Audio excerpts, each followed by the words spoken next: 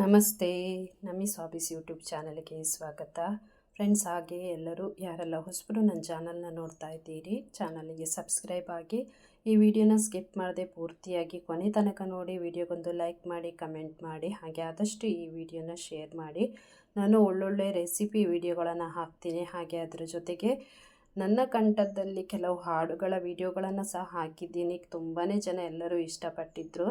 ನಾನಿವತ್ತು ನಿಮಗೆ ಮೆಂತ್ಯ ಸೊಪ್ಪಿನಿಂದ ಒಂದು ರುಚಿಯಾಗಿರುವಂತಹ ಪರೋಟ ಮಾಡೋದು ಹೇಗೆ ಅಂತ ತಿಳಿಸ್ಕೊಡ್ತೀನಿ. ನಾನು ಈ ಹಿಂದೆ ಪಾಲಕ್ ಸೊಪ್ಪಿನ ಪರೋಟ ಹಾಗೆ ಕೆಂಪು ಚಟ್ನಿ ಅಂದರೆ ಖಟ್ಟಾ ಮೀಠ, ಟೊಮೆಟೊದ ಖಟ್ಟಾ ಮೀಠ ಚಟ್ನಿ ಮಾಡೋದು ರೆಸಿಪಿನೂ ಕೂಡ ಹಾಕಿದ್ದೀನಿ. ಲಿಂಕನ್ನು ಡಿಸ್ಕ್ರಿಪ್ಷನಲ್ಲಿ ಹಾಕಿರ್ತೀನಿ. ಆ ಚಟ್ನಿ ಮಾಡೋದು ಹೇಗೆ ಅಂತ ನೀವು ತಿಳ್ಕೊಳ್ಳಿ. ನಾನು ಒಂದು ಕಟ್ನಷ್ಟು ಮೆಂತ್ಯ ಸೊಪ್ಪನ್ನು ತಗೊಂಡಿದ್ದೀನಿ. ಒಂದು ದೊಡ್ಡ ಕಟ್ನಷ್ಟು ಮೆಂತ್ಯ ಸೊಪ್ಪನ್ನು ಚೆನ್ನಾಗಿ ಬಿಡಿಸ್ಕೊಂಡು ದಂಟು ಹಾಕ್ತಾಯಿಲ್ಲ, ಅಂದರೆ ಬೆಳೆದಿರುವಂಥ ದಂಟು ಹಾಕ್ತಾಯಿಲ್ಲ, ಎಳೆ ದಂಟನ್ನು ಹಾಕಿದ್ದೀನಿ. ಅದನ್ನು ಚೆನ್ನಾಗಿ ಒಂದು 2-3 ನೀರಿನಲ್ಲಿ ತೊಳೆದು ಈ ರೀತಿ ಸಣ್ಣಗೆ ಹೆಚ್ಚಿ ಇಟ್ಕೊಂಡಿದ್ದೀನಿ. ಮೆಂತ್ಯ ಸೊಪ್ಪನ್ನು ತುಂಬಾ ರುಚಿಯಾಗಿರುತ್ತೆ. ಆರೋಗ್ಯಕ್ಕಂತೂ ಮೆಂತ್ಯ ತುಂಬಾ ಒಳ್ಳೆಯದು. ನಾನು ಹಿಂದೆ ಮೆಂತ್ಯ ಸೊಪ್ಪಿನ ಪಲಾವ್ ಮಾಡೋದು ಹಾಗೆ ಮೆಂತ್ಯ ಒಳ್ಳೊಳ್ಳೆ ರೆಸಿಪಿಗಳನ್ನು ಹಾಕಿದ್ದೀನಿ.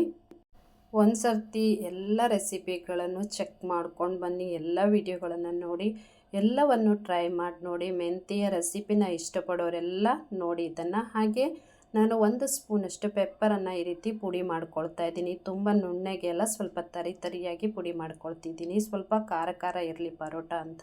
ಹಾಗೆ ಅದ್ರ ಜೊತೆಗೆ 1 ಸ್ಪೂನಷ್ಟು ಜೀರಿಗೆನೂ ಕೂಡ ಸೇರಿಸ್ತಾ ಇದ್ದೀನಿ. ನೀವು ಮಿಕ್ಸಿಯಲ್ಲಿ ಕೂಡ ಬೇಕಾದರೆ ಇದನ್ನು ಪೌಡರ್ ಮಾಡ್ಕೊಳ್ಬೋದು.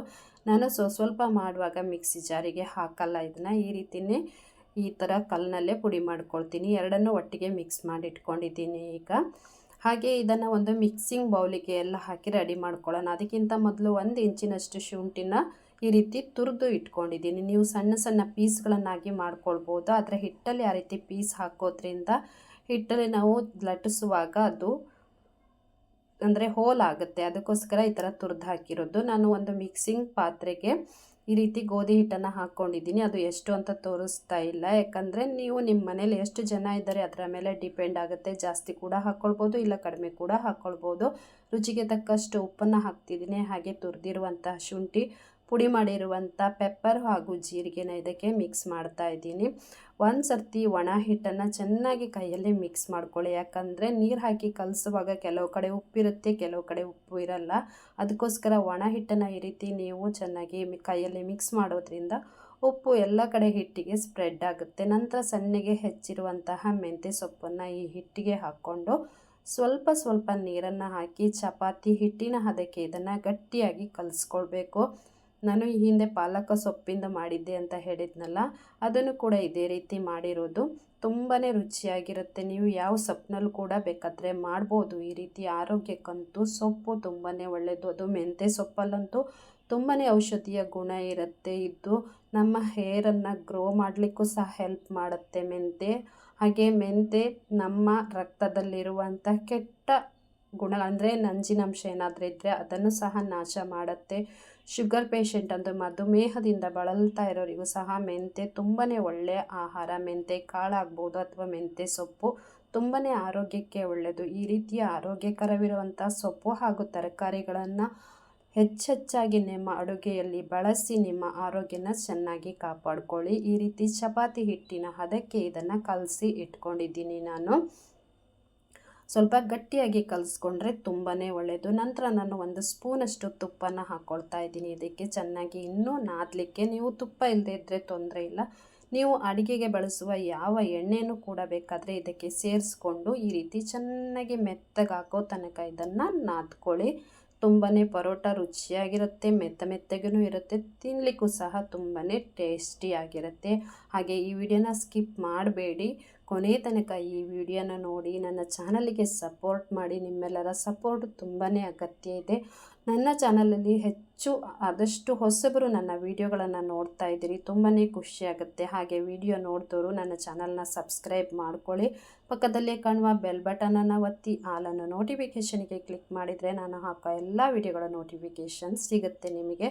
ನೋಡಿ, ತುಂಬಾ ಮೆತ್ತಗಾಗಿದೆ ನೋಡಿ ಹಿಟ್ಟು. ಈ ರೀತಿ ಕಲಿಸ್ಕೊಳ್ಬೇಕು. ನಂತರ ನಿಮಗೆ ಎಷ್ಟು ದೊಡ್ಡ ಉಂಡೆ ಬೇಕು, ನೀವು ಎಷ್ಟು ದೊಡ್ಡದಾಗಿ ಚಪಾತಿನ ಲಟ್ಟಿಸ್ಕೊಳ್ತೀರಿ ಆ ರೀತಿಯಲ್ಲಿ ನಿಮ್ಮ ಒಂದು ಸೈಜನ್ನು ಮಾಡಿಕೊಂಡು ರೆಡಿ ಮಾಡಿಕೊಂಡು ಸಣ್ಣದಾಗಿಯೂ ಮಾಡ್ಕೊಳ್ಳಿ, ಇಲ್ಲ ದೊಡ್ಡದಾಗಿಯೂ ಮಾಡ್ಕೊಳ್ಳಿ, ನಿಮ್ಮ ಅನುಕೂಲ, ನಿಮಗೆ ಹೇಗೆ ಬೇಕೋ ಹಾಗೆ ಮಾಡಿಕೊಂಡು ಸ್ವಲ್ಪ ಹಿಟ್ಟನ್ನು ಇದಕ್ಕೆ ತಾಗಿಸ್ಕೊಂಡು ಚಪಾತಿ ಥರ ಇದನ್ನು ಲಟ್ಟಿಸ್ಕೊಳ್ಬೇಕಾಗತ್ತೆ.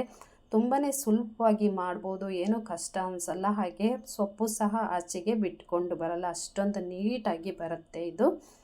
ಇದನ್ನು ಎಷ್ಟು ದೊಡ್ಡಕ್ಕೆ ಬೇಕೋ ಅಷ್ಟು ದೊಡ್ಡಕ್ಕೆ ಸ್ವಲ್ಪ ಈಗ ಸಣ್ಣದಾಗೆ ನಾನು ಮಾಡಿಕೊಂಡು ಇದರ ಮೇಲೆ ಸ್ವಲ್ಪ ತುಪ್ಪ ಅಥವಾ ಎಣ್ಣೆನ ಸವರ್ಕೊಳ್ಬೇಕು. ನಾನು ತುಪ್ಪನ ಇದಕ್ಕೆ ಸವರ್ಕೊಳ್ತಾ ಇದ್ದೀನಿ. ತುಂಬಾ ರುಚಿಯಾಗಿರುತ್ತೆ ಈ ರೆಸಿಪಿ. ಮಾಡಿ ನೋಡಿ, ಈಸಿಯಾಗಿ ಮಾಡ್ಬೋದು ನೀವು, ಏನೂ ಕಷ್ಟ ಇಲ್ಲ ಈ ರೆಸಿಪಿ ಮಾಡಲಿಕ್ಕೆ. ನಾನು ಒಂದು ಸ್ವಲ್ಪ ತುಪ್ಪನ ಇದರ ಮೇಲೆ ಸ್ಪ್ರೆಡ್ ಮಾಡಿ ಸ್ವಲ್ಪ ಹೀಗೆ ಫೋಲ್ಡ್ ಮಾಡ್ಕೊಳ್ತೀನಿ. ಅಂದರೆ ನೀವು ಯಾವ ರೀತಿ ಫೋಲ್ಡ್ ಮಾಡಬೇಕು ಅನ್ನೋದು ನಾನು ಪಾಲಕ್ ಪರೋಟ ಅಂತ ವಿಡಿಯೋ ಹಾಕಿದ್ದೀನಲ್ಲ ಡಿಸ್ಕ್ರಿಪ್ಷನಲ್ಲಿ, ಅದರ ಲಿಂಕನ್ನು ಹಾಕಿರ್ತೀನಿ. ಅದರಲ್ಲಿ ಸಹ ನಾನು ಯಾವ ರೀತಿ ಫೋಲ್ಡ್ ಮಾಡ್ಕೊಳ್ಬೇಕು ಅಂತ ತೋರಿಸ್ಕೊಟ್ಟಿದ್ದೀನಿ. ಇದರಲ್ಲಿ ನಾನು ಸ್ವಲ್ಪ ಸಿಂಪಲ್ಲಾಗಿ ತೋರಿಸಿದ್ದೀನಿ ಈ ರೀತಿ.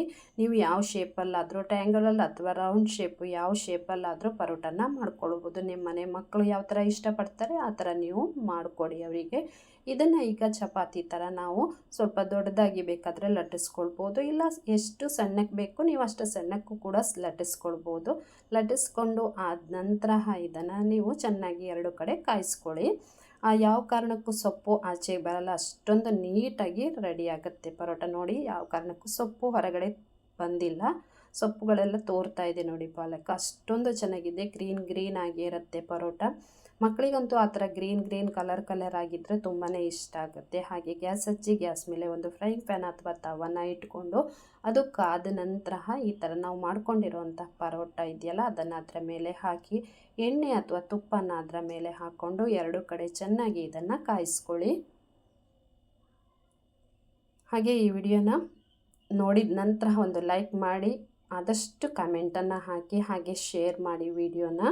ನನ್ನ ಚಾನಲಿಗೆ ಸಪೋರ್ಟ್ ಮಾಡಿ. ನಿಮ್ಮ ಸಪೋರ್ಟು ಖಂಡಿತ ನನ್ನ ಚಾನಲಿಗೆ ತುಂಬಾ ಅಗತ್ಯ ಇದೆ. ನೋಡಿ, ಈ ರೀತಿ ತುಪ್ಪ ಅಥವಾ ಎಣ್ಣೆನ ಇದರ ಮೇಲೆ ಹಾಕ್ಕೊಂಡು ಇದನ್ನು ಎರಡು ಕಡೆ ಚೆನ್ನಾಗಿ ಕಾಯಿಸ್ಕೊಳ್ಳಿ. ಇದಕ್ಕೆ ಚಟ್ನಿ ಕೂಡ ಅಥವಾ ಪಲ್ಯ ಏನಿದ್ರೂ ಕೂಡ ನಡೆಯುತ್ತೆ. ನಾನು ಇದಕ್ಕೆ ಟೊಮೆಟೊ ಹಣ್ಣಿನ ಖಟ್ಟಾ ಮೀಠಾ ಚಟ್ನಿನ ಮಾಡಿದ್ದೆ. ಆ ಖಟ್ಟಾ ಮೀಠಾ ಚಟ್ನಿ ಮಾಡೋದು ಹೇಗೆ ಅನ್ನೋದು ಸಹ ನಾನು ಹಿಂದೆ ಪಾಲಕ್ ಪರೋಟ ರೆಸಿಪಿ ಹಾಕಿದ್ದೀನಲ್ಲ, ಅದರಲ್ಲಿ ಖಟ್ಟಾ ಮೀಠಾ ಚಟ್ನಿ ಹೇಗೆ ಮಾಡೋದು ಅಂತ ತೋರಿಸ್ಕೊಟ್ಟಿದ್ದೀನಿ. ಡಿಸ್ಕ್ರಿಪ್ಷನಲ್ಲಿ ಲಿಂಕನ್ನು ಹಾಕಿರ್ತೀನಿ, ಅದನ್ನು ಕೂಡ ನೋಡಿ ಆ ಚಟ್ನಿ ಮಾಡೋದು ಹೇಗೆ ಅಂತ ತಿಳ್ಕೊಳ್ಳಿ. ಪರೋಟಕ್ಕೆ ಆ ರೀತಿ ಖಟ್ಟಾ ಮೀಠಾ ಚಟ್ನಿ ಇದ್ದರೆ ತುಂಬಾ ರುಚಿ ಇರುತ್ತೆ. ಮಕ್ಕಳಿಗೆ ಸಹ ಆ ಥರ ಚಟ್ನಿನೇ ಇಷ್ಟ ಆಗೋದು.